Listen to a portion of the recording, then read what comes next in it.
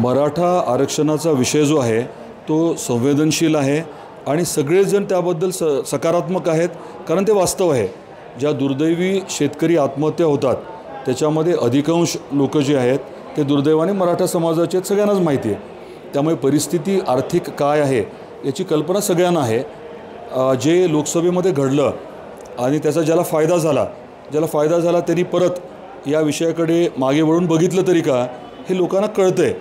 आणि माझं मत असं आहे की या विषयामध्ये सकारात्मक मार्ग तर निघायलाच हवा, निघणार आहे, परंतु तो उद्या न्यायालयात टिकायला हवा. घाई गडबडीमध्ये कुठला तरी निर्णय जर घेतला गेला आणि तो उद्या टिकला नाही तर ते योग्य होणार नाही.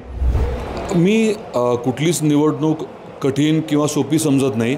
आपण केलेलं काम आणि येणाऱ्या काळामध्ये आपण जे करणार आहोत ते जनतेपर्यंत, सन्माननीय मतदारांपर्यंत पोचवणं ही आपली जबाबदारी असते. ती योग्य पद्धतीने इफेक्टिव्हली पोचवण्यावरती आमचा भर राहील. महाराष्ट्रामध्ये विधानसभेचं बिगुल वाजले. तुळजापूर मतदारसंघाचे विद्यमान आमदार राणा जगजितसिंह पाटील यांचं भारतीय जनता पार्टीच्या पहिल्या यादीमध्ये नाव आले आणि त्यांना दुसऱ्यांदा संधी भेटते.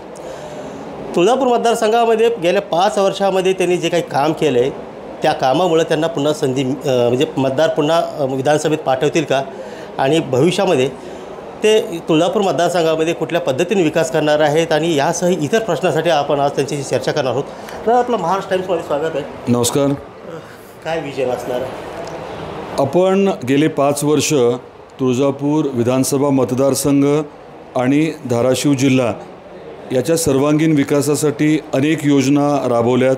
नियोजनबद्ध प्रयत्न केल्यामुळे चांगल्या प्रमाणामध्ये आपल्याला यश देखील संपादित झालेलं आहे.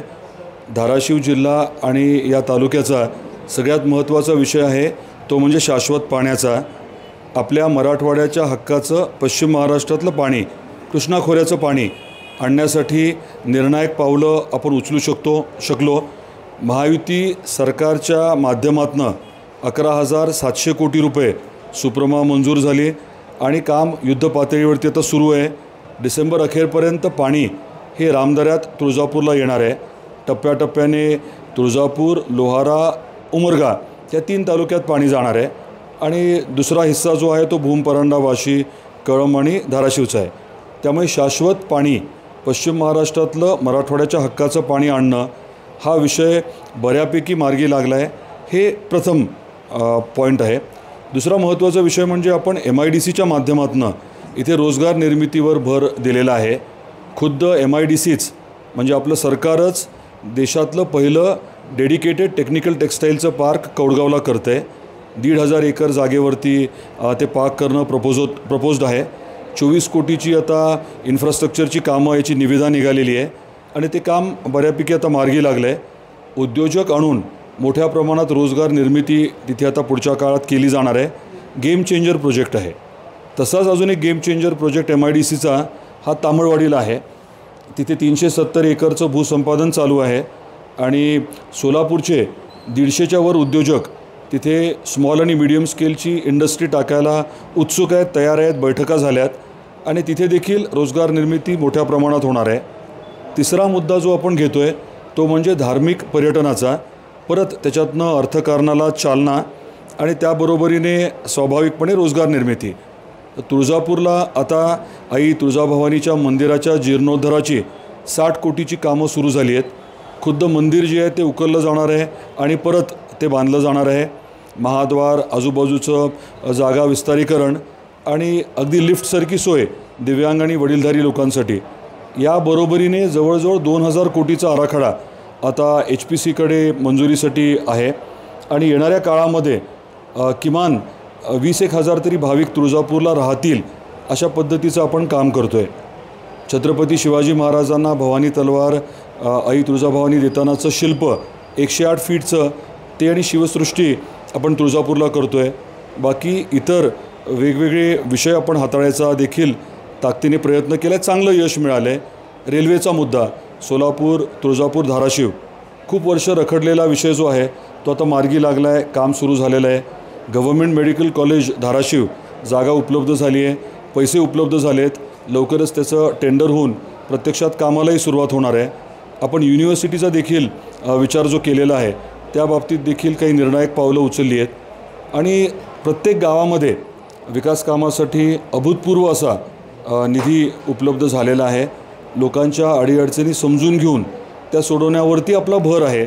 लाडक्या बहीण योजनेसारखा मुद्दा असेल किंवा मेडिकल रिलेटेड जे इश्यूज आहेत, खास करून जिथे जास्त पैसे लागतात, आपल्या तेरणा हॉस्पिटलच्या माध्यमातून असेल किंवा विविध सरकारी योजनांच्या माध्यमातून असेल, लोकांना आपण मदत करण्याचा यशस्वी प्रयत्न केला आहे. शेवटचा मुद्दा म्हणजे स्वयंरोजगाराचा. जवळजवळ 2,500 स्वयंरोजगार जनरेट करणं, कुटुंबांना कर्ज उपलब्ध करून देणं, याच्यात देखील चांगलं यश मिळालं आहे. CMEGP, PMEGP आणि इतर महामंडळांच्या माध्यमातून. तर हे जे काही आपण काम गेले 5 वर्ष केलेलं आहे, हेच आपण लोकांपर्यंत नेणार आहोत. मग तो कोविडचा काळ असेल, जेव्हा आपण जिल्ह्यातल्या प्रत्येक गावात सॅनिटायझर, मास्क वाटप करणं, त्यांच्या अडीअडचणी सोडवणं, ऑक्सिजनच्या बाबतीतली सोय करणं, या गोष्टींपासून प्रत्येक गावात रस्ते किंवा मतदारसंघातल्या गावांमध्ये रस्ते किंवा इतर कामाच्यासाठी जो लागेल तो निधी आणून घेण्याचा आपण प्रामाणिक प्रयत्न केला आहे. तर हे सर्व घेऊन आम्ही लोकांपर्यंत जाणार आहे. आता लोकसभेमध्ये मनोज जरांगे पाटील फॅक्टर खूप चालला आणि त्याचा जो परिणाम आहे तो लोकसभेमध्ये दिसून पण आलेला आहे. आपल्याला असं वाटतं आहे का आता होऊ घातलेल्या विधानसभा निवडणुकीमध्ये मनोज जरांगे पाटील फॅक्टर पुन्हा इम्पॅक्ट करेल असं वाटतं? मराठा आरक्षणाचा विषय जो आहे तो संवेदनशील आहे आणि सगळेजण त्याबद्दल सकारात्मक आहेत, कारण ते वास्तव आहे. ज्या दुर्दैवी शेतकरी आत्महत्या होतात त्याच्यामध्ये अधिकांश लोक जे आहेत ते दुर्दैवाने मराठा समाजाचे आहेत, सगळ्यांनाच माहिती आहे. त्यामुळे परिस्थिती आर्थिक काय आहे याची कल्पना सगळ्यांना आहे. जे लोकसभेमध्ये घडलं आणि त्याचा ज्याला फायदा झाला त्यांनी परत या विषयाकडे मागे वळून बघितलं तरी का, हे लोकांना कळतं आहे. आणि माझं मत असं आहे की या विषयामध्ये सकारात्मक मार्ग तर निघायलाच हवा, निघणार आहे, परंतु तो उद्या न्यायालयात टिकायला हवा. घाई गडबडीमध्ये कुठला तरी निर्णय जर घेतला गेला आणि तो उद्या टिकला नाही तर ते योग्य होणार नाही. हैदराबाद गॅझेटियर असेल किंवा तत्सम पुरावे गोळा करण्याची प्रक्रिया असेल, आपल्या टीम हैदराबादला 2दा जाऊन आल्यात. आपण वकिलांबरोबर, माजी न्यायाधीशांबरोबर चर्चा केलेली आहे. अनेक शिष्टमंडळांबरोबर देखील खूप मी चर्चा केलेली आहे. यातनं मार्ग नक्की निघणार आहे, परंतु कायदेशीर मार्ग काढायला थोडा वेळ लागेल. आता महिला असं म्हणतात की आम्हाला 1,500 लोक पण आमच्या हक्काचं आरक्षण आम्हाला द्या. महिलांची प्रामुख्याने मागणी तशीच येते आणि आता मनोजदादा जरांगे पाटील हे वेगवेगळ्या मतदारसंघामध्ये त्यांचे उमेदवार देत आहेत. त्यांनी तशी घोषणाही केली. आपल्या मतदारसंघामध्ये सज्जन साळुंखे जे मराठा समाजाचे आंदोलक आहेत ते सुद्धा इच्छुक आहेत. काय वाटतं ह्या विधानसभेच्या निवडणुकीमुळे त्यांचा फटका आपल्याला बसू शकतो? मला 2 गोष्टी स्पष्ट करायच्यात. मराठा आरक्षण मिळायला हवं या बाबतीत कोणाच्याच मनामध्ये दुमत नाही आहे, परंतु आरक्षण असं द्यावं लागेल जे टिकणार आहे. कोणावरती अन्याय करून जर करायचा प्रयत्न केला तर ते टिकेल असं नाही आहे. त्यामुळे जे करायचं आहे ते विचारपूर्वक करायचं आहे. आणि माता भगिनींना जे लाडकी बहीण योजनेतनं पैसे मिळत आहेत, ही जी आहे ती गुंतवणूक आहे. मध्य प्रदेशमध्ये भारतीय जनता पार्टीने लाडली बहना नावाने ही योजना काही वर्षांपूर्वी राबवली. महिलांच्या खात्यावरती पैसे येत आहेत. ते पैसे कसे वापरायचे ह्याचं स्वातंत्र्य त्यांना आहे. त्याच्यातनं एक वेगळा आत्मविश्वास निर्माण होतो आहे. आणि मध्य प्रदेशमध्ये मोठ्या प्रमाणामध्ये महिलांनी स्वतःचे उद्योग व्यवसाय सुरू करायला मदत केली. या पूर्ण प्रक्रियेची मदत घेतली आणि तिथे कुटुंबाचं उत्पन्न वाढायला मदत झाली. त्यामुळे ही जी लाडकी बहीण योजना आहे ही आपलं सरकार कधीच बंद करणार नाही. कोणी काही बोललं तरी उलट त्याची वृद्धी करेल. आणि आरक्षण हा मुद्दा आणि महिलेचा आत्मसन्मान किंवा आर्थिक स्वातंत्र्य हे 2 वेगळे विषय आहेत. आरक्षण एखाद्या कुटुंबाला मिळालं म्हणजे नोकरी मिळाली असा विषय नसतो, परंतु प्रत्येक कुटुंबाला जर अर्थसहाय्याच्या माध्यमातून स्वतःच्या पायावरती उभं राहता आलं तर ते खूप मोठी बाब आहे. आणि याची आता अनेक उदाहरणं आहेत. अगदी बेंबळीमध्ये येळेकर नावाचं एक कुटुंब आहे. त्यांची जर तुम्ही माहिती घेतली तर प्रचंड चिकाटीने त्या महिला व त्यांचे पती त्यांना सासऱ्यांनी घराच्या बाहेर काढलं होतं. शासनाच्या योजना वापरल्या त्यांनी. उमेदच्या माध्यमातून शेळीपालन केलं. नंतर मग आपल्याला अप्रोच होऊन CMEGP PMEGPमधनं त्यांनी 2-3 छोटे छोटे व्यवसाय केले. आता 3-4 लाखाची त्यांची प्रॉपर्टी झाली आहे. मुद्दा हा आहे की महिलांचं आर्थिक सक्षमीकरण यासाठी लाडकी बहीण योजना अतिशय महत्त्वाची ठरणार आहे. आणि तुम्ही कुठल्या माता भगिनींना जर विचारलं की त्यांना या पैशामुळे फरक काय पडतो आहे, 1000 का 1500 का 2000 हे महत्त्वाचं नाही आहे. ते पैसे खर्च करण्याचं त्यांना स्वातंत्र्य आहे.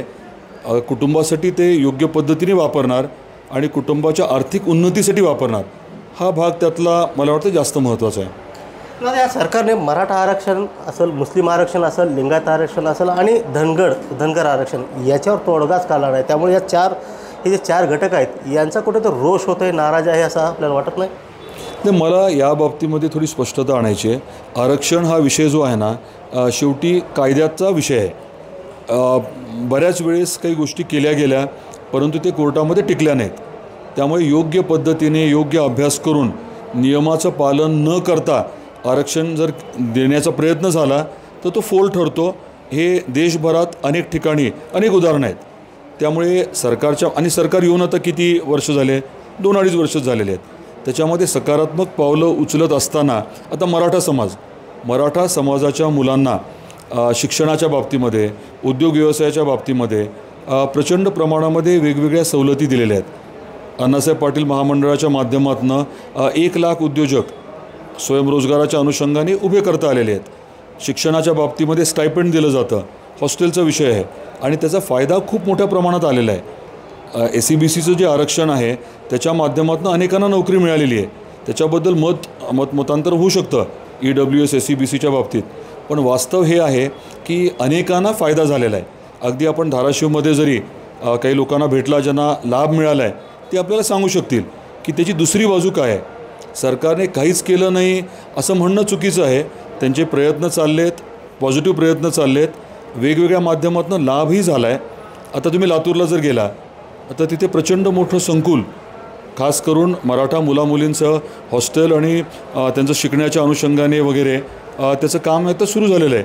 विभागीय कामं सुरू झाले आहेत. कोल्हापूरला सुरू झालं आहे, छत्रपती संभाजीनगरला सुरू झालं आहे, आपल्याकडे पुढच्या टप्प्यात होणार आहे.